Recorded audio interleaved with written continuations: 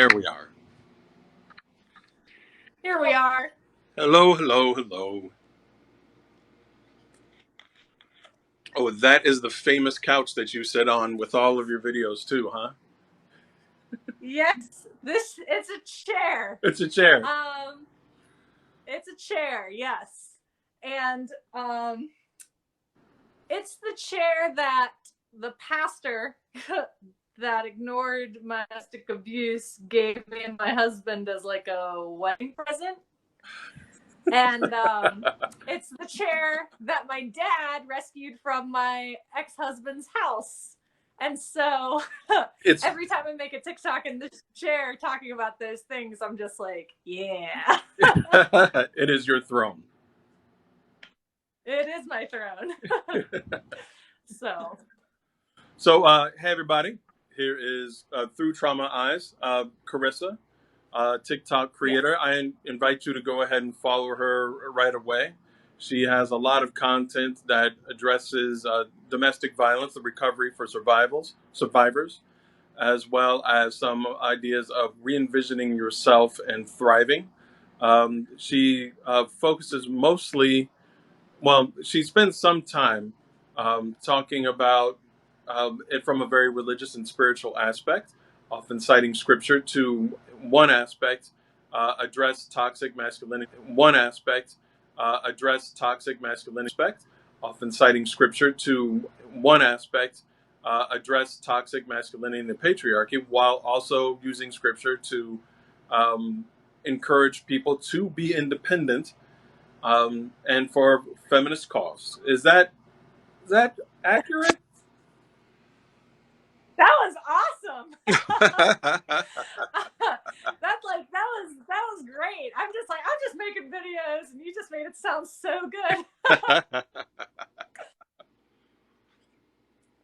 So, what do you want to tell us to start off? Who, who would you say you are?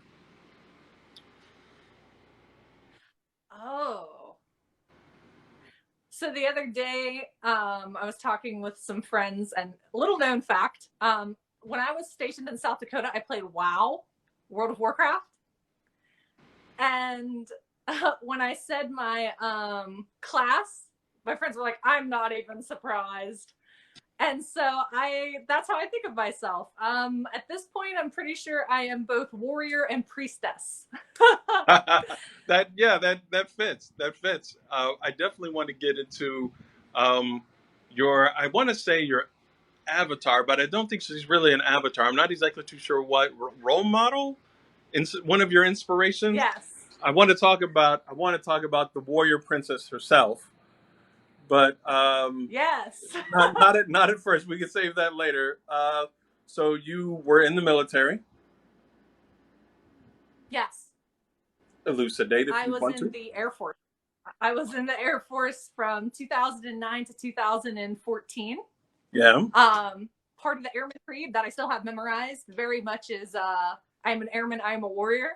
Honestly, the Airman's Creed is, I don't know, it's written in such a way that it's inspiring. So I appreciate that. A lot of the military industrial complex I find problematic. But when I was a young conservative girl who couldn't afford college at 18, I didn't know.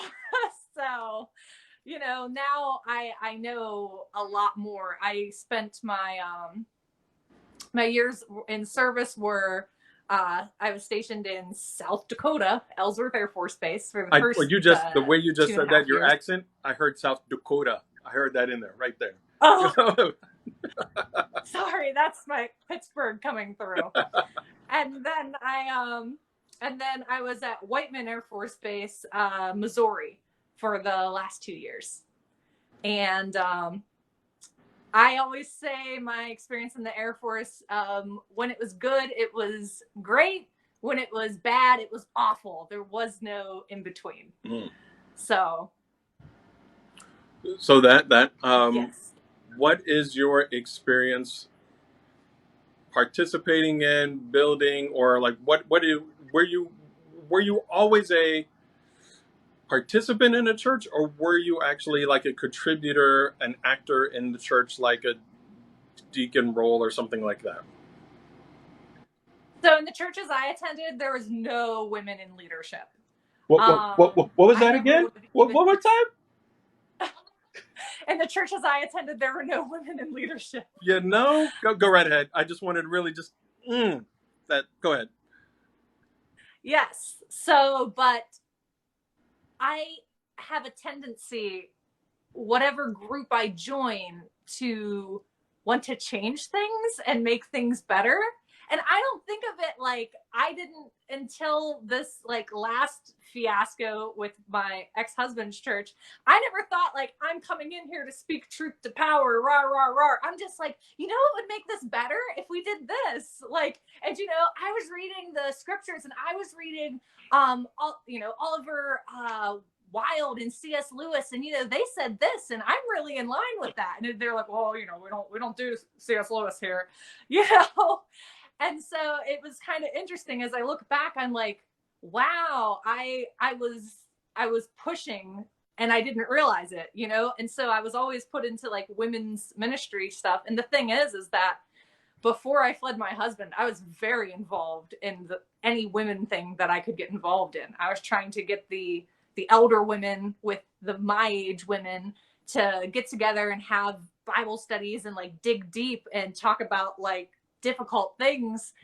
And in these groups, especially, you know, because I've been to churches, you know, I was not in South Dakota, but in Missouri and North Carolina and back where I'm from in Pittsburgh. And it's like, they all have the same issue where like you get into this group of people and you think like, all right, cool. Like, you know, we're all supposed to be able to share and we're all supposed to be able to say things. And I would bring up things like rape or, you know, issues that women have in society. And it was like, it was like totally like, we're not going to talk about that. Those Like, don't exist. and then, you know, I feel really, huh? Those don't exist. They aren't real. Exactly. I feel really awkward and awful because I'm just like, you know, especially with the younger women, like we all talked about this. Why aren't you older ones willing to? Like, you know, especially since you're supposed to be guiding us and teaching us things, you know? And so it was starting to become clear to me what was really going on. But it took a while because at first it was just like, it must be me. Right? That's the only thing that you think when you're in a group of people. And the weird thing is that as I've been getting more plugged in with the veteran space, which includes the women veterans, and like the organization I have has I'm the woman leader, and my leader is the LGBTQ leader.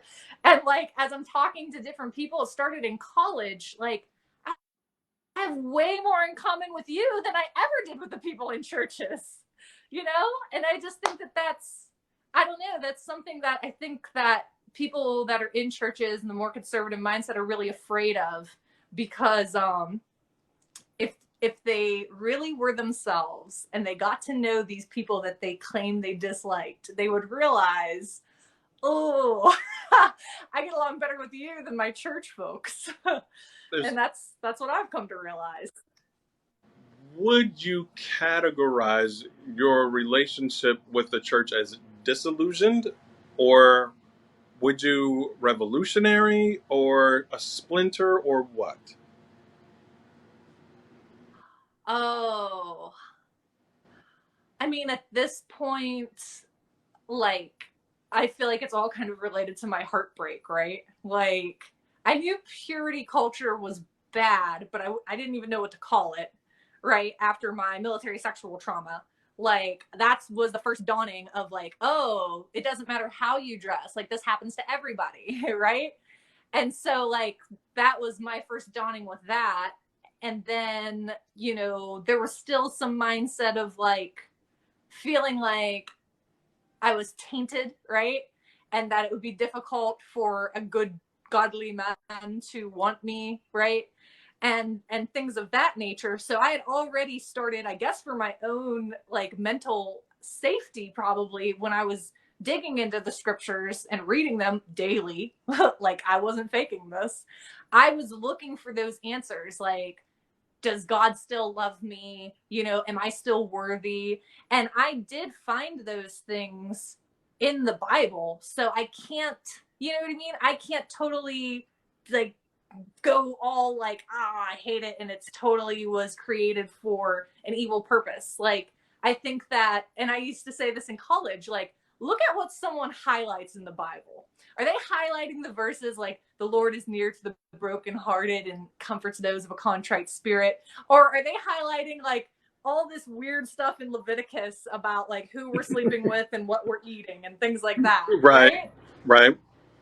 So, you know, that's a big difference to me. And, you know, me on this journey, it's so interesting that I keep, like, I was talking to my boss today and I was saying, you know, the Bible is so ingrained into me that it's not something that I can just, but it's so interesting that things happen in my life and then like a dawning comes on and I'm like, oh, that's kind of related to this scripture. That's kind of related to that verse. And you know, even with like I was telling my boss today, this is my life. That the virgin birth, maybe it's the virgin birth because maybe Jesus was an intersex and he only had two Y chromosomes, but he presented as a male.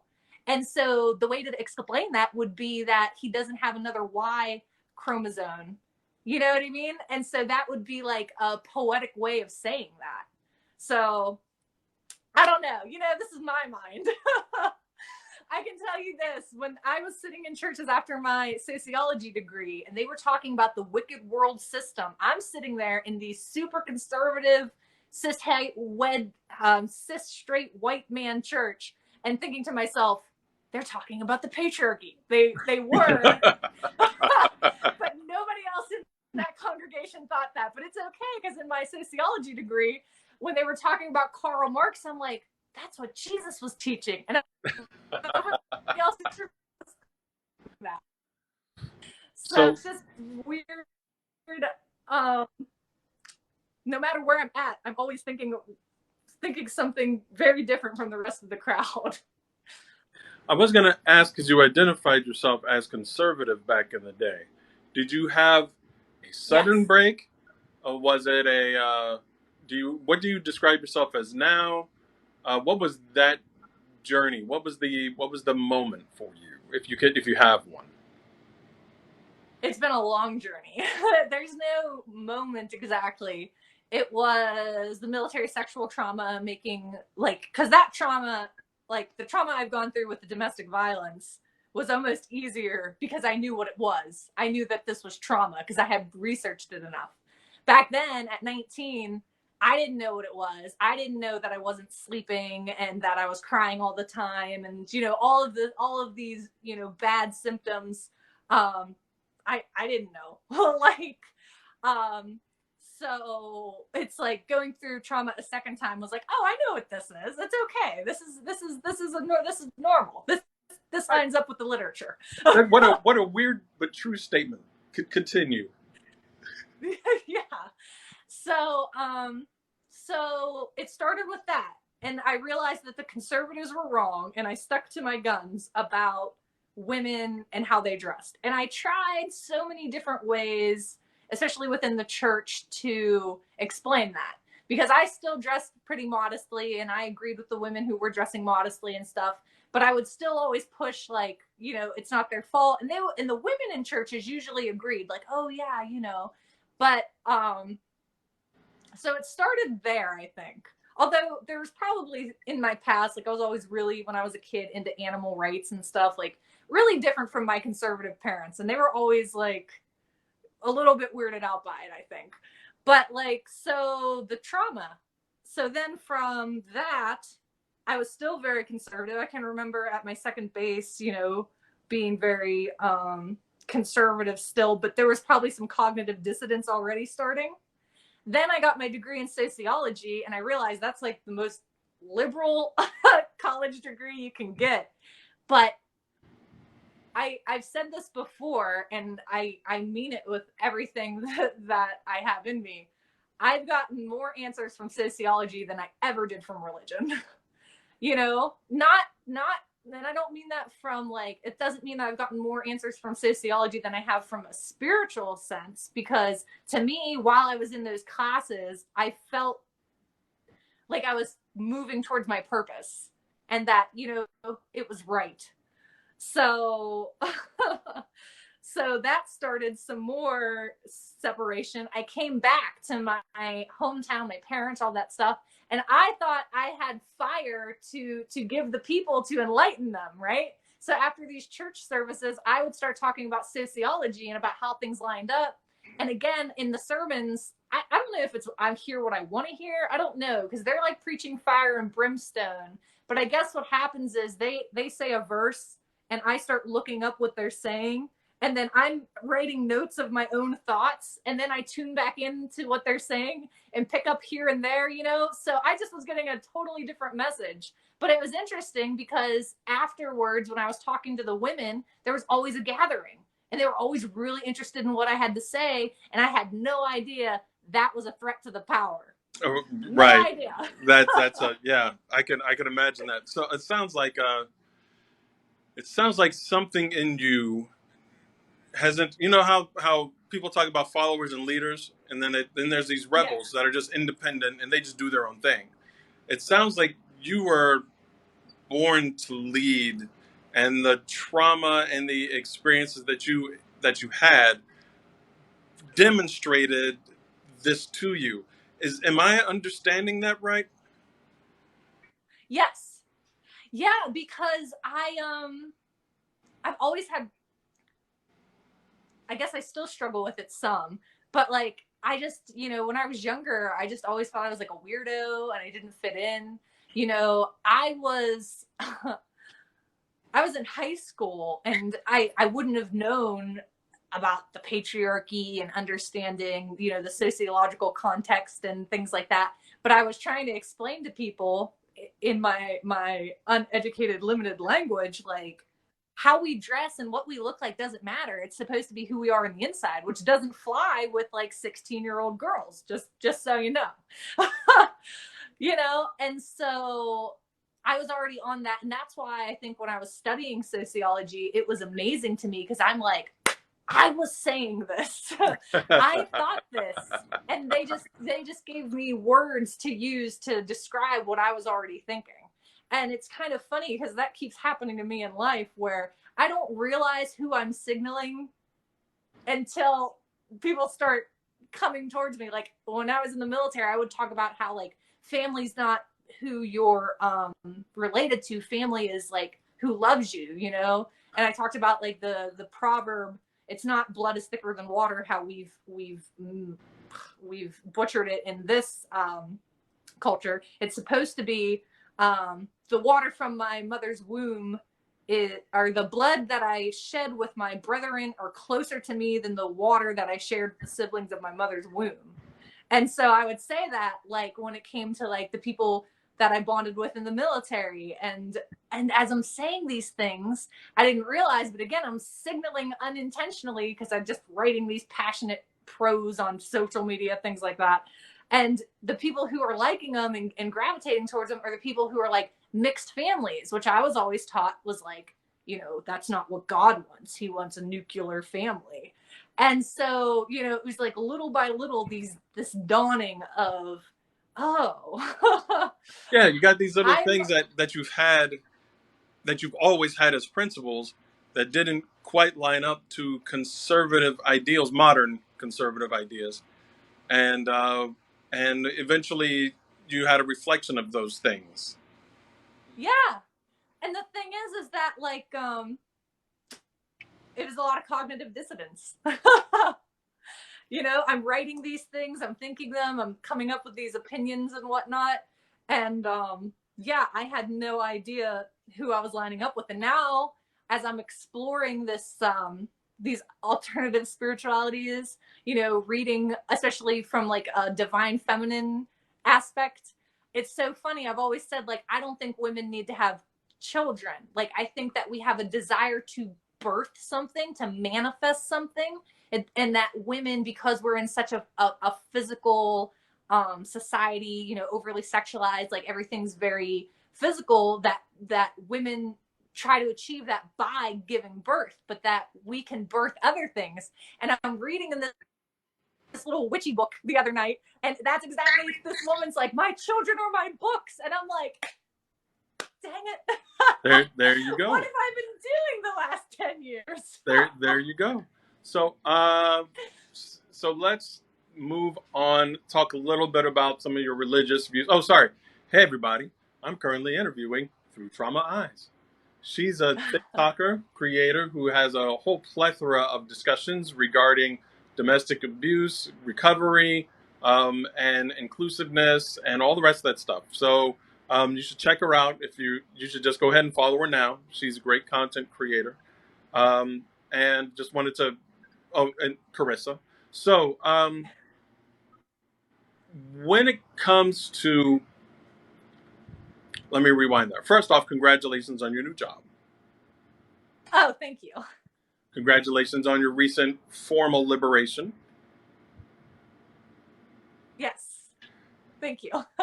And now I want to get to what are the greatest stories that I liked. You don't necessarily have to retell the whole thing because it's one of your videos, but if you want to talk about your inspirational fictional character, the one Xena. Xena. Yeah, I did want to say the name. Wanted to prompt you to share. Please, Carissa, share.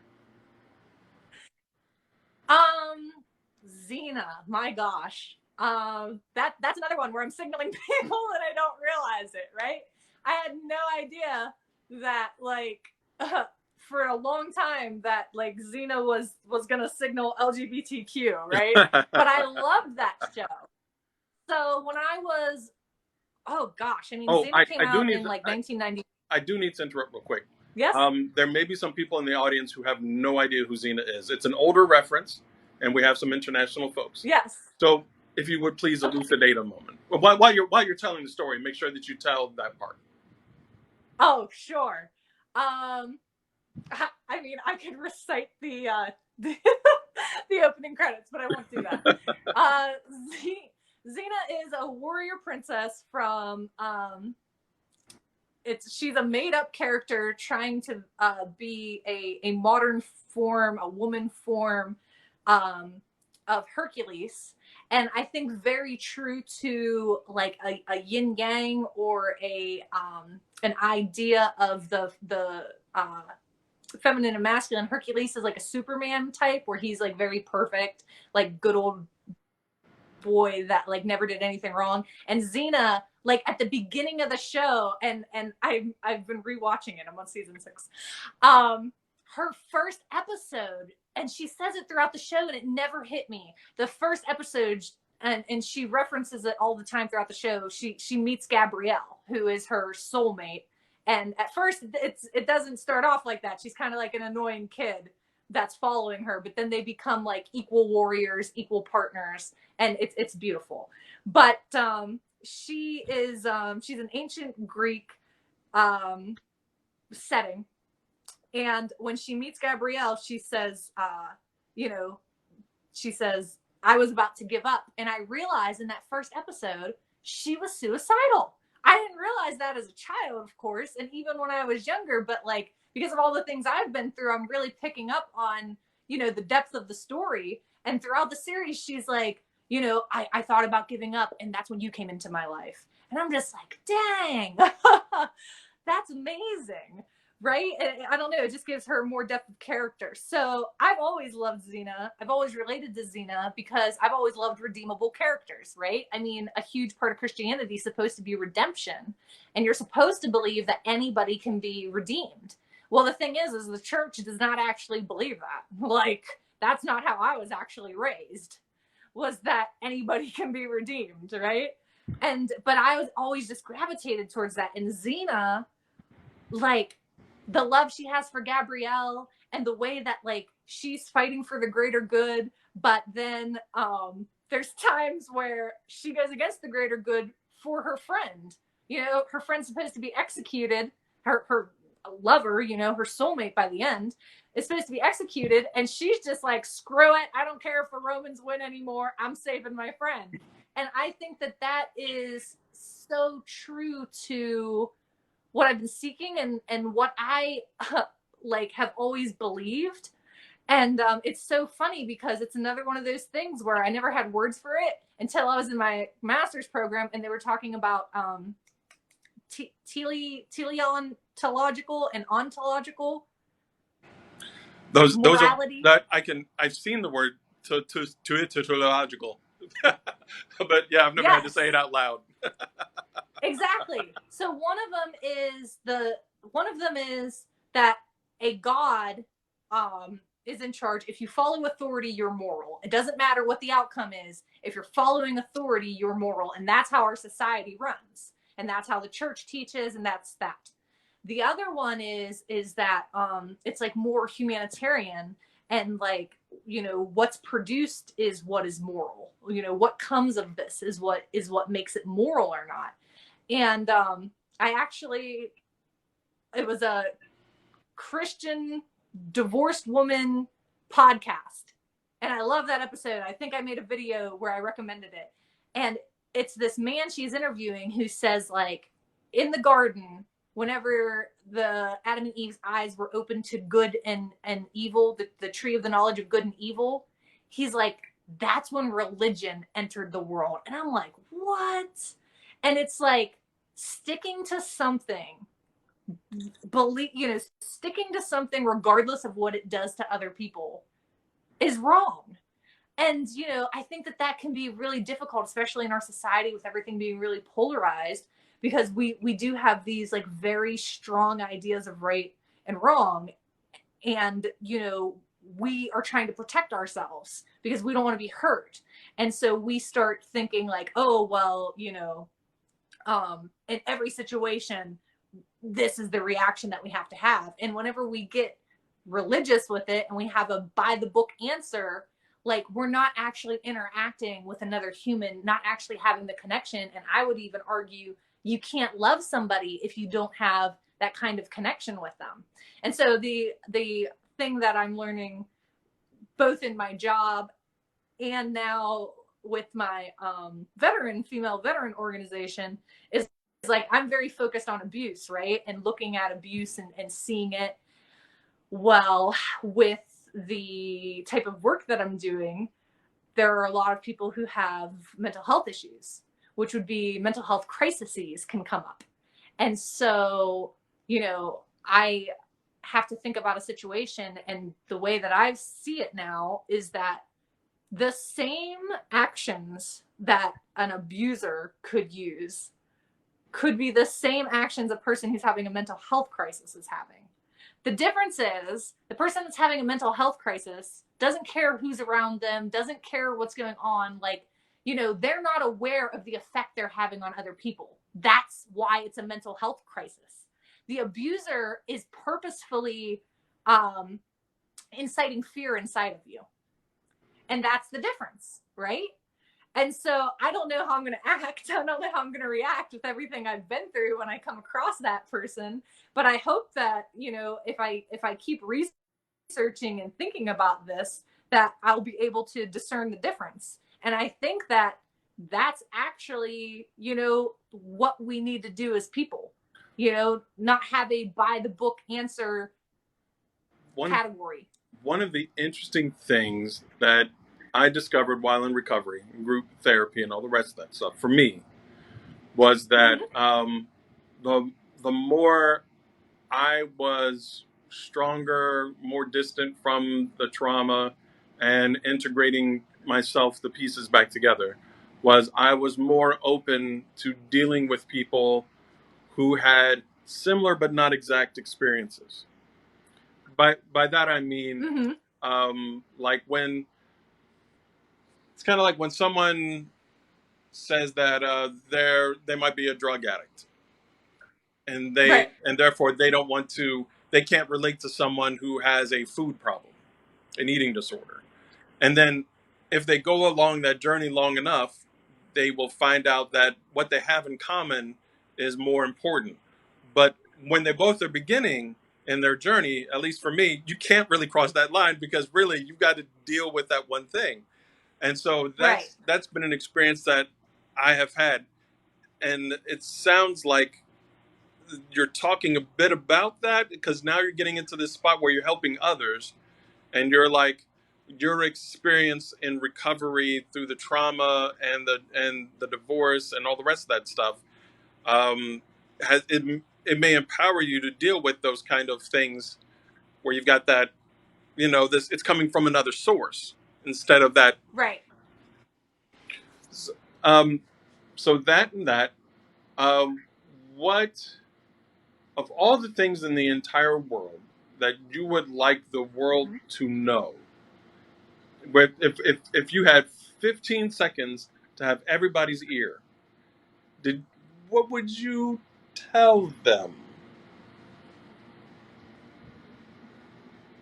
To conquer others is to have power. To conquer yourself is to know the way, and the way is love. Oh. So I want to give you the opportunity to explain some of your support for that.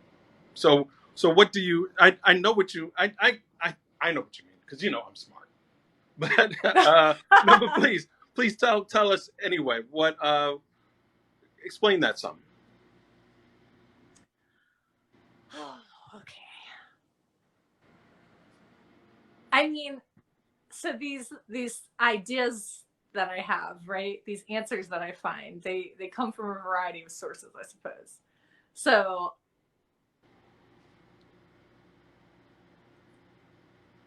in the Bible it says, perfect love casteth out fear, right? And I do believe that. And that's what I think is the issue. Like you talked about recovery, right? It's the same with like me and my trauma. Like if I can conquer myself, and I don't mean that in like this harsh, like militaristic, like how we think of things, right? Like people, for instance, with discipline, they think discipline is like a punishment. Like they think of it as like, you do this or else.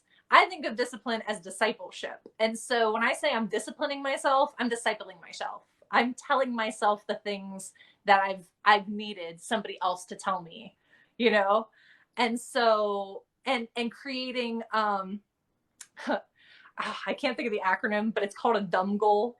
And it's something that's repeatable and doable. So to conquer yourself, I think is part of the getting in touch with your inner child and being kind and gracious towards yourself. So many people speak to themselves like, you're an idiot. What's wrong with you? They speak to themselves how other people have spoken to them. And so that's how they end up conquering others. They feel disempowered because of the way they speak to themselves, because of the way people have treated them. And so in order to feel empowered, it's not true empowerment. They just get power over others. They're still empty inside, and it gives them a false sense of satisfaction, I think. And so whenever I say to conquer others is to have power, that's what I mean. Because to me, there's a difference. And I feel like English is such a limiting language, so these conversations are difficult. But there's a difference between having power and being empowered, right? So if you have power, it can be taken away from you. If you're truly empowered, even if the power you perceive yourself to have is taken away from you, you're still you. You've lost, but you haven't been destroyed, right? And see, this is what I mean. Like the Bible comes to mind, like we're cast down but not destroyed. We're perplexed on every side, but not forsaken. It's like, it's so weird that these things, but it's true. They do. They come to my mind in these moments. And that's what I think it is. I think that all of these religious texts originally, before they got into the hands of men who wanted to use them for control, manipulation, right? That's where that started. I think all of them were about finding your inner self and, being able to, like I said, have that true connection and love other people, And I think that a lot of us go on that journey in different directions, but it's still important, because what is the purpose of living, right? That's something all the philosophers ask. It's something that people, have wondered for ever. And I mean, for me, and this is what Christians speak and teach, but they don't believe, is that it's supposed to be about relationship. It's supposed to be about, the moments that we have with one another. And to me, I've always, I've been I get very touched. Like even today, working with a client, he said, I know that I'm never going to go hungry, because if I ever need a meal, he can come to the organization, and that security he has is what's keeping his recovery, you know, and people think the opposite, right? They think like, oh, people end up homeless, or they end up, addicted because, they're immoral people, or they're lazy, right? That's what we all are taught as Americans. But really, you end up in those situations because you never thought it would be you. And when it is, you're so disappointed in yourself, because that's what you used to think about people like that. Right. And so, and you think that you don't deserve help because you for years thought that those people didn't deserve help, and so it becomes very self-defeating. And so, I know I speak from like a more spiritual, lovey standpoint, but there is psychological studies that back it up. And when it comes to like ultimate truth, which I know is a touchy subject, that has to be it, right? Why do these multiple religious texts, psychological studies, sociological studies, why do these all line up with healthy behavior? There has to be something about like our human experience that has truth to what it is that will connect us on a fulfilling level. So imagine 200 years from now, and somebody has mentioned you in a history book. What is it? What are they mentioning about you 200 years from now? Oh, I mean, I think if I'm mentioned in a history book 200 years from now, there's always like the legends, right? Like that. I Like think Xena, that's what would like happen. Xena the warrior princess was actually a secretary. Yes, Like, exactly. Like every season, she becomes more and more unstoppable. Like, oh or yeah, like yeah, I she do rose remember from the that. dead. Like, Mm-hmm. yeah, exactly. And I think that seems very. I don't know if the writers did it on purpose, but it seems very true of how legends develop. Where it starts off where they're kind of normal, and then all of a sudden they're gods. So I think that would probably happen. And if the history books wrote about me, I mean, who's writing, right? Is it the cishet white men? All right, going to talk about so I'm gonna give you three. I'm gonna give you three versions then, because I like that. I like that variation of it. So, 200 years from now, it's not that it's a whole article. It could just be one little sentence, but it could be a whole. Okay. It could be a whole book that could be written. So, 200 years from now, you're mentioned by the last remaining. This is me hopeful thinking. The last remaining vestiges of heterosexual normative, that whole like super ultra conservative, like the last one. They're just like, and there was this woman named Carissa, and Oh, okay. There was this woman named Carissa, and we should have still been in the ages of burning witches. oh, you're living the life that says like do something today that you would have been burned at the stake for 200 years ago, right? That mentality. Yeah. All I right. mean, I told you that I think Jesus was intersex. Like, I'm pretty sure, Right, like, right. Yeah, I'm pretty sure. Yeah, I'm pretty sure you would have been impaled on something for that one. Um, Yeah. so the next version is 200 years from now. All somehow all of the issues about inequality and justice and all the rest of stuff have been resolved magically. I don't know how. I would love to see it tomorrow, but that world existed for 200 years in the future, and some reason you get a mention. Um, I would hope in that world that they would say that woman was evidence of uh, the redemptive power of love. And then the third thing is 200 years from now, society has collapsed into dust, and the few human survivors have gathered together and begun roaming the world wearing leather armor, carrying gladiuses around, and fighting to the death. And there's this little girl named Xena, and she's reading a document from back 200 years ago, and it mentions your name. What do you say to little girl Xena?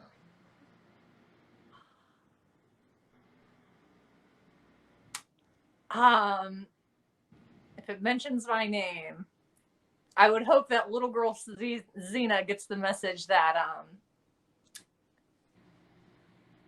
I mean, again, it's the Bible, but like faith is the evidence of things.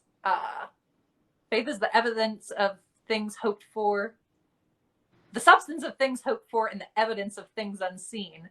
And that no matter how bad things are around you, you have to believe that there. Yes, you have to believe that it's still worth loving people, and that you can't lose your soul, your psyche, whatever you want to call it. Like, you can't let yourself become a monster like the people around you, like what you're perceiving. You have to be the one to be the light. Would the person you are today be recognized by the person you were 20 years ago? Well, 20 years ago I was 10, but if you want to go No, look at no, I'm 19, going 10. I'm going 10. 10, she might like me. I think that 15-year-old probably wouldn't. She was too Not so much. indoctrinated by the church. No, but 10-year-old Carissa, she might like me. She might be thrilled that we're still watching Xena. You know, that might be an interesting thing. Is if there's again, correct me if I'm wrong with that. So, is it almost like the 10-year-old to the current you are um, are have more in common than that divergent break you took for your journey to come back to the truer Carissa? Yes. Yeah, that's why it's inner child work. Like, we all have to be our authentic self. We have to remember who we were then. Right? And like, it's not something that I actively did. Like, the inner child work started with like simple things, and I wouldn't have even called it that. Like, when I was in the military, like, don't have ice cream at 10 o'clock at night, have an apple if you're hungry, right? Like, make better choices is where it started. And now it's like, when I'm upset and overwhelmed, I'm like telling myself, you want to take a break? And I'm being kind to myself. And it's like, I yeah, like, I think that's what we all need. And I think that if people were to be their authentic selves, they might be more like who they were at 10. That is something I did. That is something that I've been reflecting on a lot lately. Is what um, is that child age that we all were, that we seem to have drifted from. And it's such a in our society that child gets punished when they come out, and it's so weird that we do it that way. But anyway, that's just me meandering into a different thought. Especially when Jesus said, to enter the kingdom, you must be like one of these little children.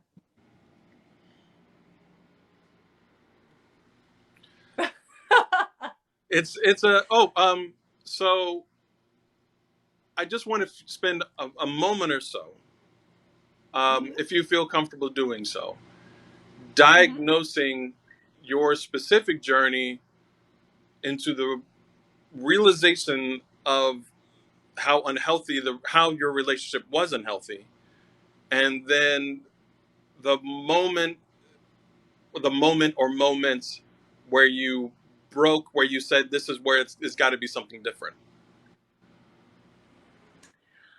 Okay. So I I'm going to rate them. People will eventually have access. But when I was dating my husband, I wrote him all these letters, right? All these letters. And at the time I thought they were love letters. But as I reread them, through my eyes now, I realize that I'm constantly stating my needs and they're constantly being ignored. And that I always kept saying, I'm confused, right? Like, I'm confused. And now I know that that is like, if you feel confused about a relationship, you really, you know what I mean? You need to take like 10 steps back. So I was constantly saying this. I was constantly writing my boundaries and him ignoring them. Good Christian man. I'm like, I'm uncomfortable whenever you're that close to me, like good Christian man pawing at me, whatever. And so, I have a question. Why do I keep the letters? Not a bad thing. Just wondering why. I want to write letters from myself now to her. That's why I keep the letters. Eventually they're going to burn, but right now I still need them. But, no, so I see that now. I didn't see that then. When I was in my dress fittings, I was passing out. Like, I was fainting in my dress fittings. That should have been a sign, but I was so disconnected from my body because religious trauma, there's nothing good in the flesh, because of sexual trauma, because of my I've had other encounters with violence from men, like, like in the military, in school, things like that. So those different traumas just totally disconnected. So I'm passing out and I'm just like, oh, it's wedding jitters. So, but I did not realize it was unhealthy, because I kept thinking his anger, these different things were mental health problems, right? I thought I was around veterans. I know how men are. I know how they can get angry and have tempers. I thought it was undiagnosed PTSD. I'm like armchair diagnosing him and excusing it, right? And I didn't realize the emotional side of it, the mental side, like none of that stuff. Then, and the significant thing is that it was so intentional as I look back, but it seemed so sporadic. And that's why my content is what it is. That's why I'm so focused on trying to convince people that, like, abusers know what they're doing. This isn't, they lost control. Like, the first time he threw me into the drywall, busted my nose on the door trim, and like cracked my skull off the ground several times in the bathroom, is the day after Valentine's Day, right? So he does this really nice stuff on Valentine's Day, and then the next day throttles me. You know what I mean? And so, like, little by little, it was happening on holidays, right? And so I look back and I can see those things now. But the thing is when I was throttled, he immediately, like, scooped me up after he calmed down, I guess, scooped me up, grabbed tissues, held me in his arms, carried me. It was this very, like, I'm so sorry. He offered to call the police. He offered to take me to the hospital. He offered, all of these things. And the thing is that I realize now he knew I wouldn't take him up on those offers, which is why he did it, right? So the thing is the reason that I ended up in abuse, and the reason that I ended up in such severe abuse, I think, is because the things that were happening in the relationship that were making me uncomfortable, that I was writing about in the letters, I ended every letter with, I don't understand, but I trust God. So I had in my mind that he was a godly man, and that God wouldn't put me in a relationship with somebody who was wrong. So it must be me for some reason, right? I must be missing something. And so every single letter, it was, I trust God. And so by the time I was in physical abuse, it was so confusing to me because I'm like, I don't understand. Like, I prayed like every day for this man. Like, I read my Bible every day. I was constantly engaged in the only God I knew. And so the fact that the physical abuse happened, and I knew, because I knew psychology and stuff like that, I knew it was secular. So, but I was in denial, even with the knowledge that I had that, oh, this was a one-time thing, right? And so if you want to ask my breaking point, it was the last time he laid hands on me, because I had told myself that'll never happen again. He did not cry and scoop me up and hold me in the whole 9 yards. He told me, stop crying, you deserved it, bitch. And that, for me, it was done. And like, it's crazy to me that it's like, you can beat me up, but you call me a bitch and I'm out of here. Like, that's my weird, like, levels of respect here. Like, so yeah, so he said that, and I didn't know how I was going to get out, but I knew that the next time, I had it in my mind, the next time that he started with escalating, because I had realized that, right? I had realized that he escalates and then blames me.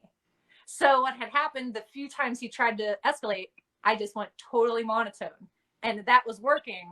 And then it was Father's Day, another holiday. That's when I finally fled him before he put hands on me. He just had a big dramatic thing that he purposefully caused. And yeah, and I left that day. So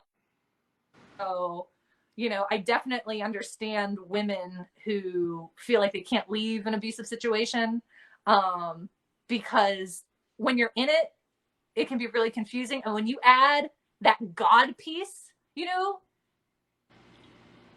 it's just awful. It's just awful, because your belief in a higher power is being manipulated against you. And to me, that is just like the darkest, most evil thing. Like, this inspirational idea that you're supposed to be following is being warped in that way. Yes. Yes. So we're gonna close up, but Okay. I wanted to give you another minute or so. Did you think of a call to action? Because whenever you have a video or whatever, the calls to action are like, please like and subscribe, all the rest of that stuff. So let me get that out of the way. So this is Through Trauma Eyes. You should go ahead and follow her. Just go ahead and click on her name and stuff and just hit follow and all that stuff. And she's going to make some great content for years to come. And well, of course, look at her previous stuff. It's very eye-opening and all. But where would you like people to direct any energy they have? Whether it's an organization, whether it's a statement towards other people, whether it's another level of where anybody watching or anybody who might be watching this in the future, what's your call to action to them? My call to action would be to themselves, that they need to love themselves. And like I said, that isn't treat yourself, right? Going out and buying expensive things, and it's getting deep and being mindful and finding self-awareness and self-exploration, so that you can be in tune with who you are as a person, and you can start to move towards the actual like-minded people, and that you can feel a sense of belonging, and in that find love, love yourself, and find that love that's out there. Because I still believe in that. I still believe that there's true love, and that there's definitely the love of community, and that's what we all need, and that's what we all desire. So thank you very much, Carissa, for spending the time to talk with me and share your experience, your knowledge, and your inspiration with the audience. Again, wrapping up, This is Through Trauma Eyes, Carissa, a survivor and now in recovery and now thriving. Is that fair to say that you're thriving now in the post? Getting there. Getting there. Okay, okay. Yeah. And so everybody have a good night. So, bye.